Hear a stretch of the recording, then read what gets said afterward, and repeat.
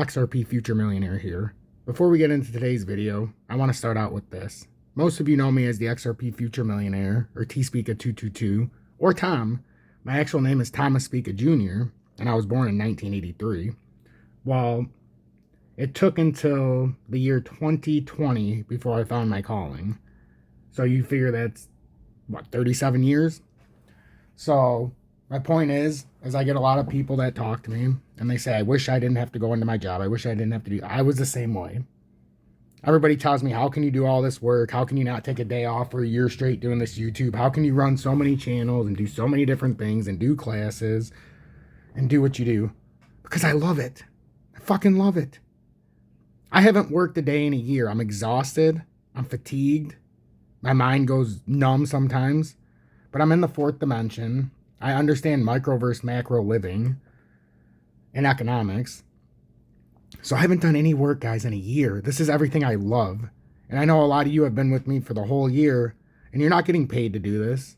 You just love the charts. You have a passion for it. Maybe there's a way to turn that passion into a career. It doesn't just happen. You have to take the step. This wasn't easy. It was a long journey.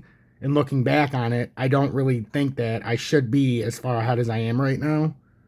In just a little bit under a year. But the dedication, the time, the integrity, it all pays off. Everybody can speak the words. It's different when you prove it day after day after day, no matter the scenario, no matter the day, no matter the holidays, no matter the personal sorrow or the disdain you might have for the world, you continue to work on your craft. And you know what? Day after day, one person, then 10, then 100, then 1,000, then 2,500, then 5,000. Now we're almost up to 8,500 subscribers. And just like the army, we're up to 266 people. In my Dogecoin and U army, we're up to 34 people. So you're talking, we've got almost 300 people between the armies. And it's something I never thought would be possible in a year. The whole point of this, before we go into today's video, you don't have to be stuck. You just have to have a purpose. You have to believe, and you have to work at your craft. You don't have to be stuck in the same job for your whole life. You don't have to only have the one main ideal. The problem with today's society is all we do is we focus on we have to do the same thing for 40 years, then retire, and yada, yada, yada. That is so untrue. That's the micro view. Open up to the macro and experience life for what it really is. You don't have to be in the rat race. You just have to find what you love. If you find what you love, you will never work a day in your life. So cliche, but so true. Look no farther than Tom, the XRP Future Millionaire, aka Thomas Speaka Jr.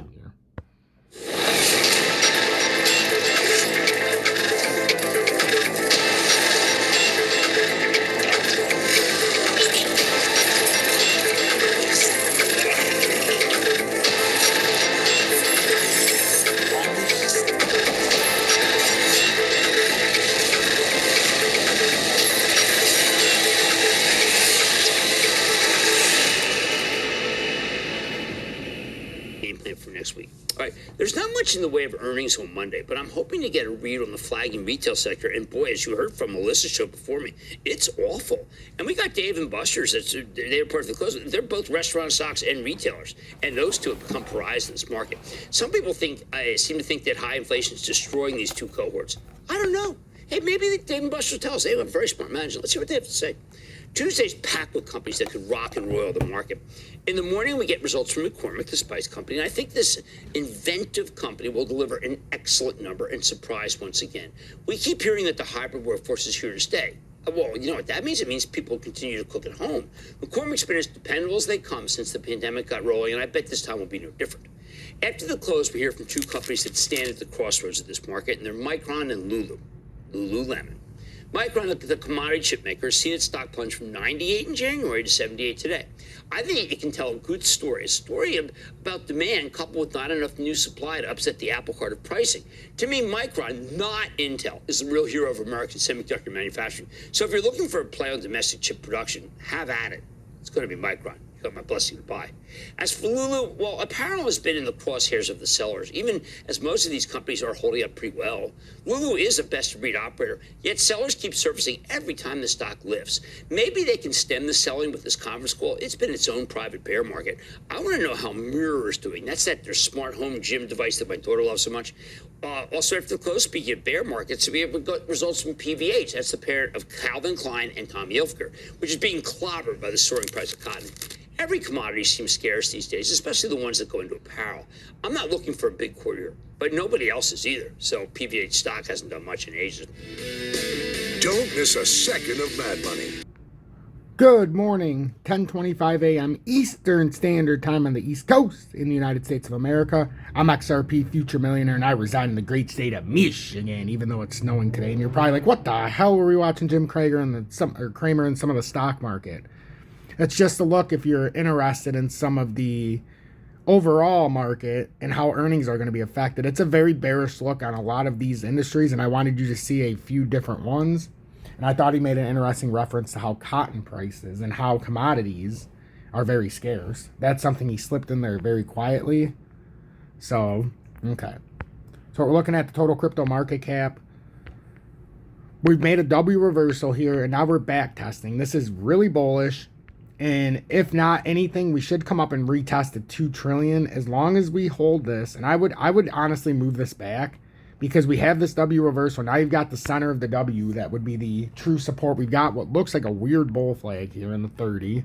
So if you take it out into the 4-hourly, we're correcting because of the RSI and everything. We had to. And now we're coming back. And what most people don't acknowledge is when you're on a run, the RSI... Hold on, let me get this farther down so you can see. The RSI oftentimes will come back right in this area before it comes back into the neutral area, because this shows that we're still on a run. And look, we're creating a W reversal on the RSI, it looks like, in the 4-hourly. Right at the top, stochastic is trying to come back through and make a bullish divergence, which would be that blue line moving through the moving average of the stochastic. And you see the W reversal on the stochastic as well with the total crypto market cap in the 4-hourly.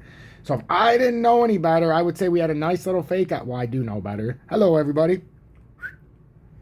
My hair's a little more slick today, see? I mean, isn't that fantastic? But kind of looks weird like that. So if I didn't know any better, I would have said yesterday was a fake out, and I did. That's why I stayed in my position. Even if we correct lower, I'm not selling until we have the push and blast out. Because before we have a week down, we're not going to be able to crash hard with that weekly stochastic being like that. We had a bullish divergence on the stochastic. And the RSI, we're trying to come back around. Here, let me pull this back up, because it does look different when you bring this up. So we had a bullish divergence in the stochastic as well. We created W reversals on both, slightly inclined, which is the apple and diamond bottom. So if this pushes back up, we have a nice little bull rally we're going to have. And it takes a little bit longer for the weekly to get exhausted. And these, I'm telling you, these are starting to line up. Even in the daily, we're trying to alleviate pressure, and we came back through, and we're trying to hold a divergence here. And we did the same thing in the stochastic. We never even came back below. So we actually alleviated a lot of room in the smaller time frames. If we go to the total crypto market cap and look at the 30-minute, you can see we've come way down. We were so overbought when you come back a couple days and before the drop and yesterday. And now look where we're at. We're at a great level. We have that M topping reversal that's just finishing up this reversal. You got the stochastic in the 30 minutes that went from overbought to oversold. So these are starting to have bullish reversals here in the short term, in my opinion. I've not come off of this. I've been the most steady, accurate, and most to the point updates the last few days when people are panicking and selling and doing all of this. I've told you the setup. I've told you what I think. And I even told you if it did go under my buy-in, I would be more than willing to buy. So let's just check XRP and then I'm out. XRP, because I actually will do XRP and XLM. I believe they're both ready to start popping here shortly. XRP is just retesting the bottom of this wedge that's formed out of here. I have a bull flag that you can see. It's just a extended bull. It's a weird one. We have an extended bull flag that kind of went sideways to fool people on XRP. But I'm telling you, this should come up to 91 or $1.10 in my opinion. My opinion, I could be completely wrong. But I think even if we got rejected, 91 cents is in the cards. The daily RSI and stochastic are a little on the high side. The weekly is, we crossed the bullish divergence, but we have a straight up on stochastic. We have a W reversal that can pull up, but it's not in as good of shape as some of the other ones, but still in a nice position to push up. We came down to the bottom of this small symmetrical. We broke out of the one above it, and now we're retesting it. This is very bullish. This is what we wanted to do, and until this breaks out, eventually we'll get to the top side, and I think the breakout's going to go to 91 initially. So that's what we're looking at. And like I said, I could be completely wrong, and if you look at it from the micro perspective, maybe if you did enter and you're down 8% instead of entering, a couple days ago where we advised, then yeah, you might have a bearish outlook. But if you just pay attention, dollar cost average in as it goes down, if it does, because on the weekly we're looking at a massive reversal. So we just got to get there. ZIL has already pulled off that massive reversal. This is what we're waiting for on the market. ZIL did a phenomenal job. And if you look at it in the weekly, it was way oversold. It's in the areas of like AVE, and it pulled up. And now it came and retested that old high, and that's exactly what we're looking for all of these. So that was a phenomenal pump.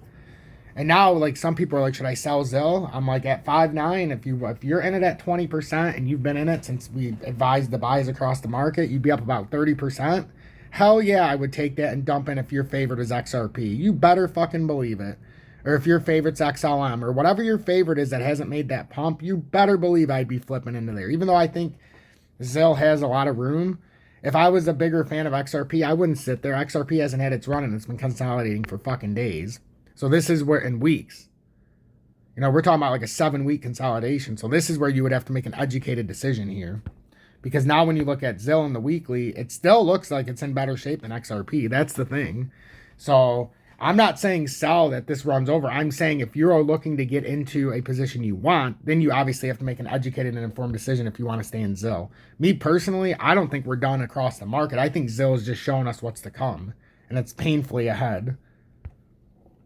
H-bar, they all look like on the reverse on the weekly. And like I said, H-bar is 1 week behind AAV, which is why I took AAV and the difference in the buy-in.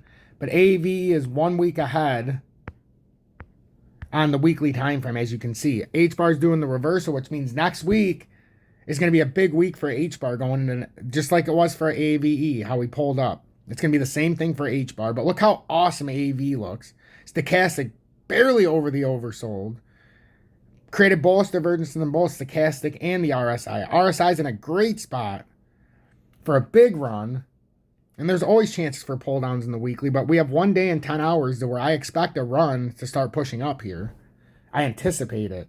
If it doesn't happen by Sunday, it doesn't happen, but I anticipate it, by the futures open. It could even happen after the futures open, but I anticipate shortly each of these to one by one, maybe not all of them, but they're going to start to set off in a familiar way as ZIL.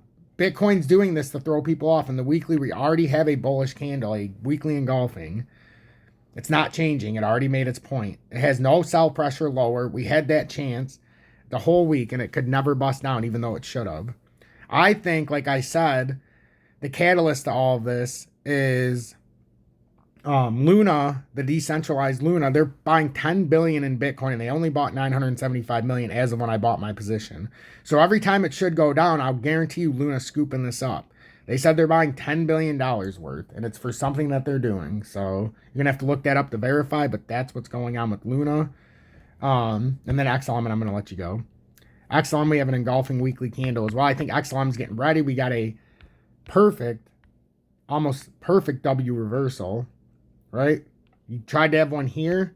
It ended up being a fake out. We came down to further consolidate, and now we created a much wider one if it pulls up, and I would anticipate us coming up to no less. When we finally make a run, we're going to try to come up here. There's obviously a cutoff point right here at 25 cents. So if we can break 25 cents, we're probably going up to closer to 30 cents. So I'd give it an average of about 27.5 cents for XLM on this move. Stay blessed, everybody. Make sure to hit the like button. And if you want to be a part of the exclusive family, get ahead and maybe change your potential. Join Tom's Army, $9.99 a month. We have 267 members, the most we've ever had in here. Make sure if you're in here, you're rejoining Tom's Army, because to be in here, you must pay $9.99 a month to be part of Tom's Army. Show me that support. Put your money where your mouth is, because in my experience, when you have a little bit of money in it, you pay attention, and you actually try that much harder. There's no reason to have people in here that don't want to make money, that don't want to learn.